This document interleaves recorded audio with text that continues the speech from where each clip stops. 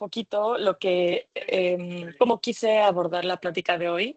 Y es que intenté que el problema y las soluciones se sintieran cercanas y reales a ustedes, porque creo que un concepto erróneo que tenemos muchos de nosotros es que el calentamiento global y los problemas globales están como muy alejados, ¿no?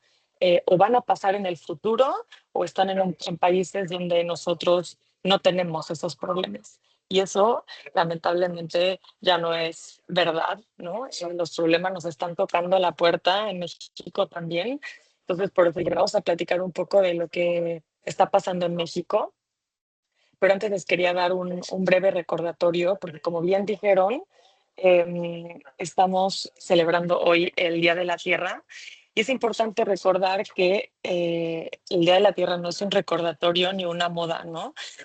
Tampoco es un día nada más para expertos, donde la gente que sabe mucho del tema platica sobre el problema, sino es un día para que todos nos tomemos un momento para informarnos qué es lo que está pasando y qué es lo que podemos hacer. Como les decía, tampoco es un problema del futuro, no es un problema alejado y tampoco, sobre todo, es un problema de otros, ¿no? Que es algo como que suele suceder mucho para las personas que trabajamos en el ambiente de sustentabilidad, como que todo mundo espera que el de la derecha o el de la izquierda se ponga las pilas, ¿no? Con las soluciones y pues no. Lamentablemente nos toca a todos poner un poquito como nuestro granito de arena y por eso estamos hoy aquí, ¿no?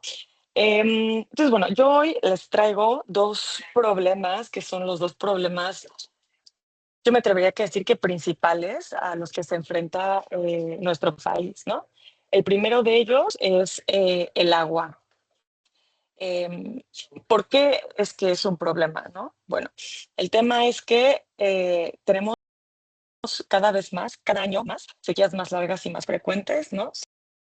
Si alguno de ustedes está como pendiente de las noticias, se dan cuenta de que todos los años México, y ya no es solo el norte, se enfrenta a sequías, ¿no?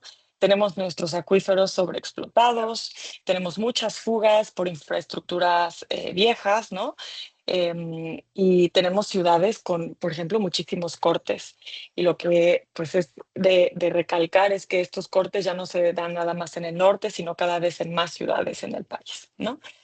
¿Qué consecuencias nos trae el mal manejo del agua en este país? Como decía, los cortes de agua, y eso conlleva aumento en los precios del agua, ¿no? También una cosa importantísima, el impacto en la agricultura. Cuando hay menos producción, los precios obviamente de los alimentos se vuelven más caros, ¿no? Y esto creo que es algo que todos nosotros o todos ustedes han sentido en los últimos años, ¿no? Y bueno, también mayor riesgo a incendios forestales, lo cual tiene como consecuencia también un grave a la biodiversidad del país, ¿no? Entonces todos los animales y todas las plantas que vivían en esos bosques pues pierden sus hogares y eso tiene consecuencias muy grandes, ¿vale? Y les traigo tres datos importantes que me parece, pues, sí, recalcar y recordar lo muy importante. El 85% del país llegó a estar en sequía en 2021. Este era un dato que ni siquiera yo me sabía. Me pareció pues, súper alarmante, ¿no? 33% de los hogares o de las casas con agua entubada en México no recibe suministro diario o ya no recibe suministro diario. Y México es el país número 1 del mundo en consumo de agua embotellada, ¿no? Son 282 litros por persona al año que compramos en agua embotellada. Y esto, pues, no va a mejorar y el país cada vez tiene problemas más graves de agua, ¿no? Ya no se hable más de agua que podamos beber, sino agua en general. Em, ¿Qué podemos hacer, tanto nosotros como personas o nosotros como empresas, para poner nuestro granito de arena, ¿no? Suele ser como muy agobiante cuando hablamos de temas de sustentabilidad, escuchar todos los problemas y lo grave que es, y muchas veces nos quedamos como, bueno, ¿y ahora qué hago, no? Y bueno, pues hay varias cosas que podemos hacer, ¿no? Por ejemplo, reducir de 2 a 3 minutos el uso de tu regadera o el lavado de los trastes ya es una ayuda importante en el país. Em, Utilizar el agua, ¿no? Por ejemplo, lavamos cosas para después lavar fruta o plantas. Cuando nos bañamos, por ejemplo, poner una cubeta que recolecte el agua para después regar las plantas, por ejemplo. Cositas así chiquitas suman. No podrá sentirse mucho cuando lo hacemos de manera individual, pero imagínense que en México 120 millones de personas hicieran eso, ¿no? Nunca vamos a llegar a los 120 millones, pero todo suma. Y bueno, evitar agua embotellada cuando sea posible, ¿no? Es decir, garrafones en la mayoría de los casos o cuando se puede, pues filtros. Las empresas, bueno, importante, auditorías de consumo, ¿no? Em, Tenemos gas importantes en la mesa. Esto sobre todo es para empresas que consumen demasiada agua en sus procesos, ¿no? Por ejemplo, empresas textiles suelen ser pues empresas que consumen demasiada agua y que tienen en muchas ocasiones fugas, ¿no? El reuso de agua en los procesos cuando se pueda, captación de lluvia y en este caso, por ejemplo, para TX, elegir proveedores cloud con transparencia híbrida. Por ejemplo, Microsoft es uno de ellos, ¿no? Si quieren, después, al final de la sesión, les preparé un documentito que les puedo mandar como una guía para que cada quien recuerde un poco qué cosas puede hacer cada quien. Y luego, eh, el segundo tema, que es un tema muchísimo más complejo, lamentablemente, que el tema del agua, eh, que son los gases de efecto invernadero. Entonces, México es el segundo país que más gases de efecto invernadero emite en Latinoamérica. Eh, a ver, para aclararnos, porque este tema suele ser como difícil de entender al 100%. Los gases de efecto invernadero son todos los gases que absorben el calor que intenta salir de la Tierra, ¿no? Que es a través de las fábricas, a través de los automóviles. Millones de cosas afectan o más bien agregan a esos gases que intentan salir. Y luego, ustedes saben, tenemos una capa que rodea a la Tierra y esos gases rebotan de vuelta hacia la superficie, ¿no? Y esos gases no pueden salir porque esa capa se ha vuelto cada vez más gruesa, justamente porque esos gases como que se adhieren a esa superficie, empieza a ser más gruesa, más gruesa, más gruesa, y los gases no pueden salir. Y por eso se les dice que invernadero, si alguno de ustedes ha estado dentro de un invernadero, sabe que el calor se mantiene ahí, ¿no? Y hay muchos tipos de gases invernadero y hay dos que son muy importantes que probablemente son los que han escuchado. Uno, el dióxido de carbono o CO2 y el metano, ¿no? El dióxido de carbono es generalmente, por ejemplo, el que emite bueno, muchísimas cosas, pero por ejemplo las fábricas que solemos ver, automóviles, también para producir energía, o sea, casi todas las cosas que nosotros vemos para la producción y para que las ciudades modernas se mantengan como andando, son dióxido de carbono. Y luego el segundo, que se llama metano, que es un gas muchísimo más, como diremos, fuerte o dañino, y más contaminante, tal vez es la palabra correcta, que el dióxido de carbono, pero se emite en mucho menos cantidades. Entonces ahí está un poco como, ¿no? el tema. Y el metano suele estar principalmente en la caca de vacas, literalmente. Y como hay un consumo brutal de tanto de leche como de carne, ¿no? Pues es obviamente unas cantidades que se emiten brutales, ¿no? Entonces, bueno, en México, como sabemos, porque no hay, sobre todo no en ciudades fuera de la Ciudad de México, transporte público que pueda atender a la enorme mayoría de la población. En México hay mucho transporte privado, ¿no? Hay muchísima dependencia de combustibles fósiles, es decir, combusti sí, combustibles que no provienen de energías renovables, ¿no? De energías limpias, muy poca energía renovable en el país, hay muchísima deforestación y esto lo que pasa es que normalmente los árboles nos ayudan a recoger ese dióxido de carbono y convertirlo en oxígeno. Entonces, cuando en el país se cortan todos los árboles, pues bueno, ¿qué pasa? Que no tenemos esa ayuda que la naturaleza nos brinda para convertir eso de forma natural y bueno, pues esa poquita ayuda que se tenía, pues se pierde, ¿no? Y bueno, ciudades con muchísima mala calidad de aire, ¿no? También me pareció interesante platicarles que que México es el país número 12 que más dióxido de carbono emite en el mundo. Es muchísimo, ¿no? Claro, somos un país grande, pero bueno, somos el 12º país que más emite. Em, vale. ¿Cuál es el problema, no? Del dióxido de carbono. El dióxido de carbono en sí, por sí solo, no es tóxico ni malo, ¿no? El problema es la cantidad con la que se está emitiendo, ¿no? Como les decía, el CO2 atrapa calor en la atmósfera, ¿no? No permite que el calor salga, ¿no? Se está haciendo demasiado gruesa. ¿Y qué es lo que está ocasionando? Bueno, olas de calor intensísimas en todo el mundo, ¿no? Creo que no es sorpresa para nosotros que en todos lados, todos los veranos, hace muchísimo calor, se derriten las calles, hay gente que se muere, ¿no? Por olas de calor tan intensas, huracanes más fuertes. Nosotros como México sabemos lo que es y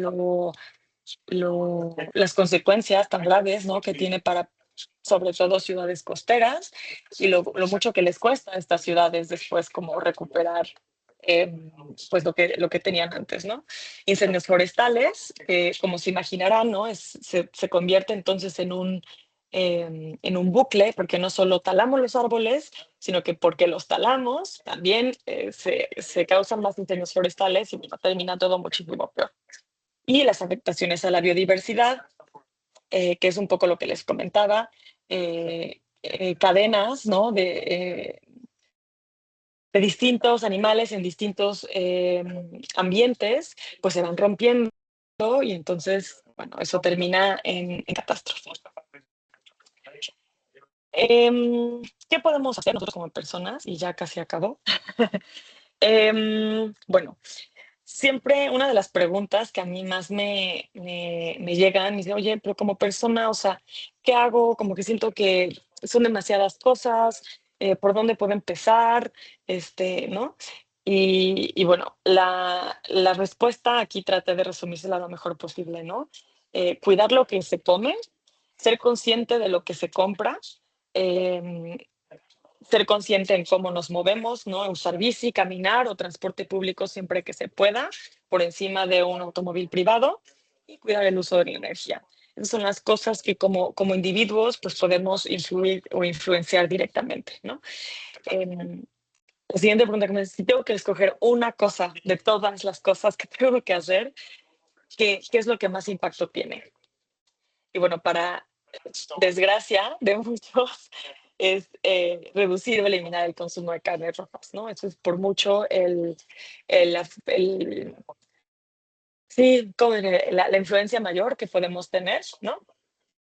Aquí les explico un poquito por qué. Si les interesa, bueno, lo pueden ver más a fondo, pero definitivamente por la deforestación que se necesita para alimentar a todos los animales, ya sean vacas, por ejemplo, o cerdos, que existen en el mundo, se necesita mucho espacio, ¿no? Entonces, se deforestan muchos árboles para pastos y soyas, etc. También se necesita muchísima agua.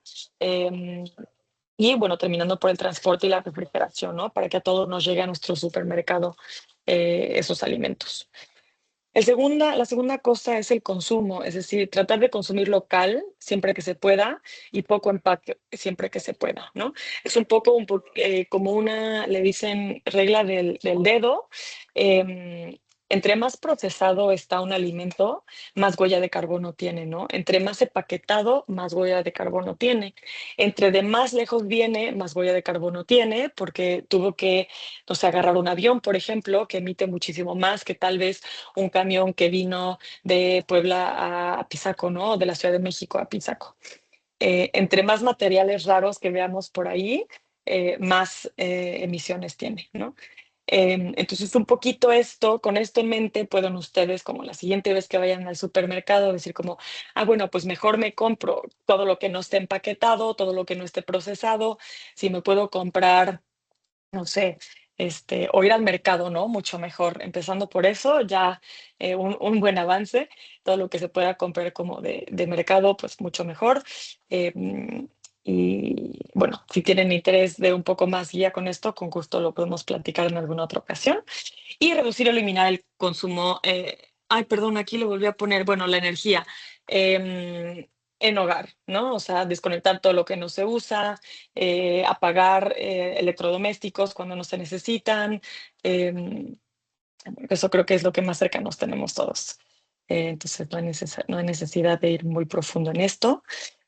Y bueno, ¿qué deben hacer las empresas? Porque ya platicamos un poco de qué deben hacer los individuos y por qué es tan complejo, ¿no? Entonces, las empresas deben medir sus emisiones y comprometerse a reducir esas emisiones. ¿Cuál es el problema? Medir las emisiones es difícil, muy difícil, y pocas empresas saben hacerlo. Por eso se han creado modelos para medir y mejorar, bueno, medir mejor y más rápido esas emisiones. Y se ha determinado, y aquí empiezo mi introducción al tema de Carlota, unos modelos que tratan de ayudar a las empresas a dividir sus emisiones de carbono en unas cosas que se llaman alcances, o si algún día lo escuchan en inglés, scopes, ¿no? Entonces, bueno, el alcance uno es todo aquello que la misma empresa utiliza, ¿no? Aquí está Scope uno, todo lo que se directo, que son sí, los automóviles, por ejemplo, de la compañía y todo lo que la empresa en la oficina consume.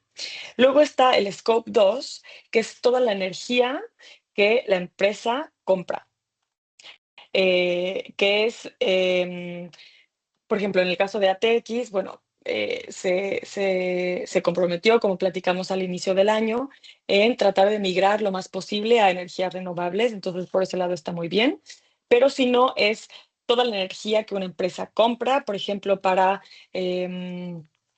la luz, ¿no? Del edificio o de la oficina, calefacciones, refrigeradores, etcétera, etcétera. Toda energía que una empresa compra se necesitó generar en algún otro lado, ¿no? Entonces, para nosotros poder medir eso porque al final yo estoy usando esa energía para operar. Entonces, necesito de alguna manera poder medir esa energía para ver cuánta es mi emisión, ¿no? Y luego está lo que existe, el Scope 3, que se divide en dos: upstream, es decir, todo lo que pasa antes de que llegue a mi empresa, y todo el downstream, que es todo lo que pasa cuando mi producto o servicio deja mi empresa. Entonces, podría entenderse como el upstream es todo lo que pasa en mis proveedores, ¿no? Y el downstream, todo lo que pasa con mis clientes. Esto es un tema súper complejo porque suele estar muy fuera de las manos de las empresas, ¿no? Entonces, imagínense para TX, no sé, comprar todas las computadoras, ¿no? Que ustedes utilizan en su día a día. Necesitaríamos saber cuál es nuestro proveedor, no sé, Dell, o se me ocurre, no sé, Mac, lo que ustedes quieran. Y yo necesito saber qué fue todo lo que ese proveedor necesitó o gastó o emitió para yo poder medir mis propias emisiones de Scope 3, ¿no? Y luego al final, por el otro lado, por ejemplo, sería los clientes, cuánta energía utilizan un cliente de ustedes para operar con el CRM, por ejemplo, ¿no? Entonces son ya temas bastante avanzados y Carlota les va a platicar ahora qué es lo que ATX está haciendo para, sí, los primeros pasos que se ha tomado en el proyecto, qué es lo que se espera, qué se ha aprendido. Bueno, pues hola a todos, muchas gracias por este espacio. Les agradezco mucho la oportunidad de platicarles un poquito de lo que estamos haciendo. Ya en mi casa están mareados, ya necesitaba otro público. Eh, pues el día de hoy vamos a hablar, a darle continuidad a esto que nos explicó de una manera muy clara Ana Frida. Quienes estamos metidos en estos rollos de sustentabilidad, pues empezamos a normalizar como el uso de tecnicismos y no nos damos cuenta de lo importante que es estar haciendo conciencia, ¿no? Desde los términos básicos, desde las necesidades reales, ¿no? Entonces, el día de hoy vamos a platicar un poco cómo llevar los compromisos, ¿no? A impactos reales. ¿Cuál es el camino de la sustentabilidad ya en la práctica? Y cómo lo estamos viviendo desde ATX, desde nuestra propia trinchera, ¿no? Entonces, pues hablábamos de que hay una intención, ¿no? Creo que ya el sentido de urgencia, el tamaño del reto, pues Ana Frida nos lo compartió muy bien, ¿no? Y creo que es evidente que a todos nos gustaría hacerlo, ¿no? Todos queremos hacerlo, lo queremos hacer bien, a todos nos interesa, a todos nos afecta, ¿no? El punto es cómo hacerlo, ¿no? Y en ATX, pues también empezamos desde ahí. Como comentó Ana Frida, el año pasado ATX se adhirió al Pacto Global de las Naciones Unidas y ahora estamos en un proceso, ¿no? De presentar el primer COP, ¿no? La primera comunicación de progreso, ¿no? Entonces, más allá del compromiso, la pregunta, pues era simple, ¿no? A finales del año pasado. ¿Podemos realmente medir y gestionar el impacto en ATX? En ese momento, pues la respuesta era no, no, o no todavía, no estábamos listos, había que transitar un camino, ¿no? Un poquito hablando de qué es el Pacto Global, pues es una iniciativa de la ONU para que las empresas, ¿no? Particularmente las empresas, el sector público y privado, operen de forma responsable y reporten su progreso, ¿no? Y no nada más en términos ambientales, hoy estamos un poquito enfocados en eso, por ser el Día de la Tierra, pero el impacto no está bien en temas sociales, ¿no? Como comprenderán el tema laboral, el tema de derechos humanos, e incluso de gobernanza, ¿no? En México incluso se añade un circulito ahí que ven como anticorrupción, ¿no? ¿Qué implica esto realmente? ¿Qué implica que nos hayamos adherido al Pacto Global? Pues que tenemos que tener la capacidad de medir el impacto, ¿no? Y de demostrar avances reales, ¿no? A través de indicadores bien diseñados y que nos permitan analizar y definir estrategias de mejora, ¿no? Esto pues se dice muy fácil, ¿no? La verdad es que suena muy bonito hasta que intentas hacerlo, ¿no? Y aquí no me dejarán mentir quienes pues han estado trabajando de alguna manera desde su trinchera, tratando de aportar a este proyecto, ¿no? Em, Ahí empieza el reto, ¿no? No sabíamos por dónde empezar. Lo que sí sabemos es que somos buenos para algo, ¿no? Para la tecnología, ¿no? Esa es nuestra fortaleza, ¿no? Y entonces también entendimos que si íbamos a lograrlo, iba a ser con el apoyo de la tecnología. ¿Qué fue lo que hicimos en ATX? Bueno, pues empezamos, ¿no? Más o menos por ahí de diciembre, a levantar, a levantar fuentes de información, a alimentar algo que se llama inventario de fuentes de emisión. Esas emisiones de gases de efecto invernadero que nos explicó Ana Frida, pues en las empresas, en la industria, pues se emiten desde ciertos equipos, ¿no? O sea, hay actividades que emiten gases de efecto invernadero, y muchas veces son equipos operativos. En ATX, pues son a lo mejor el uso de las máquinas, el uso de refrigerantes, hay gas LP y obviamente pues el uso de gasolina, ¿no? Combustibles móviles. Entonces se hizo un levantamiento y se tuvo que rediseñar ciertos procesos, ¿no? ¿Por qué? Pues porque la información, digamos, eh, existía, pero a lo mejor no en el lugar que la necesitábamos, ¿no? Había que hacer que esto empezara a existir en ATX y así iniciamos el proceso, ¿no? Ahora, es importante no congelarnos, ¿no? Ante estos procesos, ¿no? Es mejor imperfecto que no empezar. Eh, con esto, aquí les quiero compartir, déjenme un momentito moverme y me dicen si la ven. Esto que están viendo en su pantalla en este momento, pues es Business Central, ¿no? Este es el entorno productivo de Business Central de ATX y aquí pueden observar que ya tenemos como un catálogo, ¿no? De fuentes de emisión y tenemos ya saldos. Estos saldos que ustedes ven son saldos expresados en CO2 equivalente, que explicaba Ana Frida, ¿no? Tenemos diferentes gases de efecto invernadero, pero digamos que la unidad de medida que se utiliza para estandarizar, ¿no? El impacto del gas en el medio ambiente es el CO2 equivalente. O sea, todos hablamos, o sea, al final se habla en términos del impacto que tiene el CO2. Para poder hablar peras, peras, manzanas con manzanas, ¿no? Y entonces aquí ya empezamos a tener huella de carbono registrada para ATX, ¿no? Al día de hoy, ¿no? En cuanto a emisiones móviles, pues tenemos 4.784 toneladas de CO2 equivalente, ¿no? Como saldo, ¿no? Energía comprada, también ya tenemos toda la energía comprada registrada y tenemos información, por ejemplo, ustedes van a poder ver, acá si me muevo, a, eh, aquí digamos que se registra, todas estas son transacciones de CO2, ¿eh? Así como existe una contabilidad, existe la contabilidad verde, esta sería una contabilidad verde, y no nada más estamos registrando actividades que generan huella de carbono, sino también el tema de energía renovable, ¿no? Y tenemos ya, digamos, registrada toda la energía autoconsumida del primer grupo de paneles que tenemos, ¿no? Entonces, los dashboards y los reportes, digamos, están concluyéndose. Estamos ahorita en este momento ya a marchas forzadas para poder estar al nivel que se requiere para el COP, del Pacto Global, y lo vamos a tener. Lo que yo les quería compartir es que pues esto no ha sido fácil, ¿no? Lograr estas tablas ha requerido em, pues mucho esfuerzo, ¿no? Mucho esfuerzo de integración de información al ERP, eh, porque los procesos de negocio no están diseñados de inicio para registrar lo que se tiene que registrar para generar este tipo de indicadores, ¿no?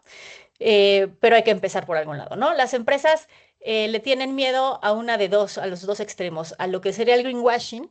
El greenwashing es esta práctica, mala práctica de algunas empresas de informar avances irreales, a lo mejor tendenciosos, con a lo mejor objetivos mercadológicos, ¿no? Y por el otro lado, el otro extremo son las empresas que se van al greenwashing, ¿no? Que son estas empresas que deciden mejor no asumir el riesgo de decir algo equivocado y no digo nada, ¿no? Mejor no digo nada. Entonces, son dos peligros que tiene este tema de la comunicación sostenible, ¿no? Nosotros tenemos que ir caminando hacia el centro, ¿no? Hacia empezar a reportar, empezar a medir y comunicar lo que estamos, nuestro impacto de la manera más realista posible, asumiendo que la información al principio pues lleva quizás un rango de error, quizás mucha estimación, pero hay que iniciar por algún lado, ¿no? Y entonces en ese punto es en donde estamos en este momento en ATX, ¿no?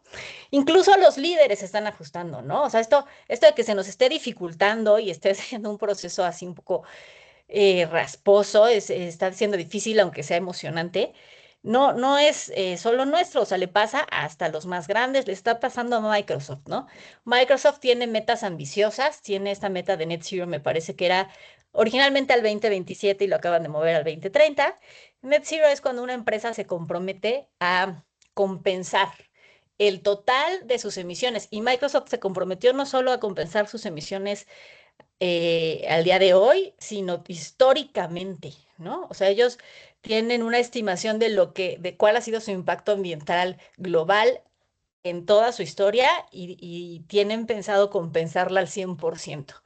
Ahora, ellos mismos se han dado cuenta que la complejidad es mucho, mucho mayor a lo esperado. Han ido moviendo las fechas y ajustando las fechas de compromiso, porque no es fácil. Han ido ajustando sus estrategias. Por ejemplo, la semana pasada ellos em, comunicaron que van a dejar de comprar bonos de carbono, ¿no? Microsoft era el comprador el más grande en el mundo de bonos de carbono, casi que sostenía este nuevo sector, ¿no? Económico, y decidió decir, ya no voy a seguir esta estrategia, yo no voy a estar comprando bonos de carbono para compensar mi huella, voy a compensarla desde adentro con otras estrategias, con el diseño de hardware más eficiente energéticamente, con un mejor uso de agua y diseño de tecnologías que compensen mi huella de carbono en cuanto a inteligencia artificial. El tema de la inteligencia artificial para ellos está siendo les está jugando de una manera muy complicada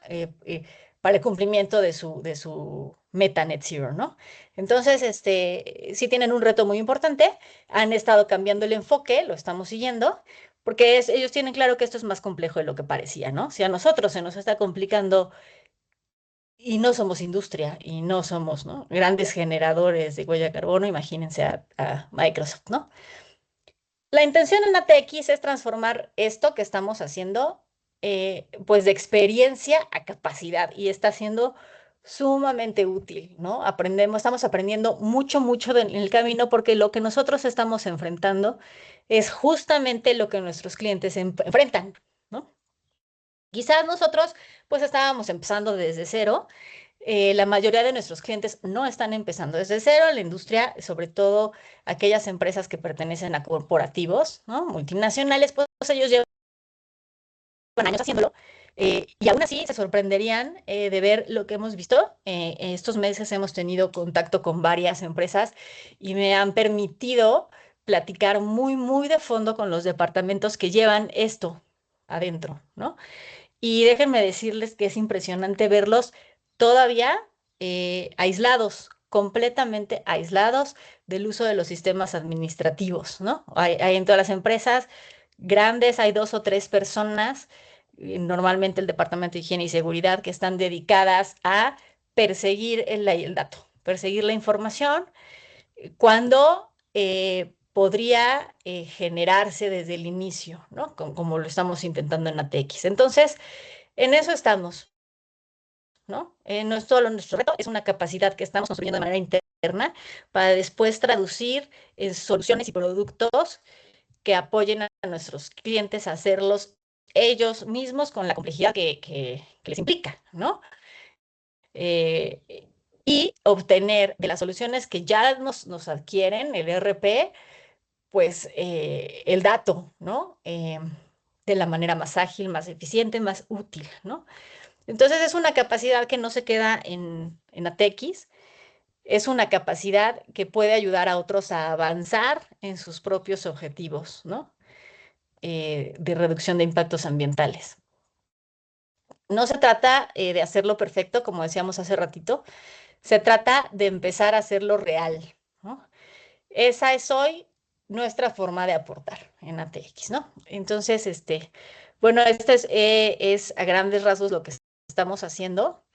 Yo espero que esto va avanzando rápidamente y espero que en unos meses podamos enseñarles el primer corte, digamos, de la implementación de un par de meses de ATX y sobre todo poderles comunicar que ya no solo lo estamos haciendo de manera interna, sino lo estamos haciendo hacia afuera, ¿no? Pues muchas gracias por escucharme. No sé si alguien quiera compartir algo, alguna duda. Además, yo les quiero agradecer pues a los equipos que han estado apoyando, ¿no? O sea, de manera paralela con sus propios proyectos de trabajo, al equipo de desarrollo, de Chucho, a Catherine, a Kevin, ¿no? Estamos todos como en la misma batalla. Gracias.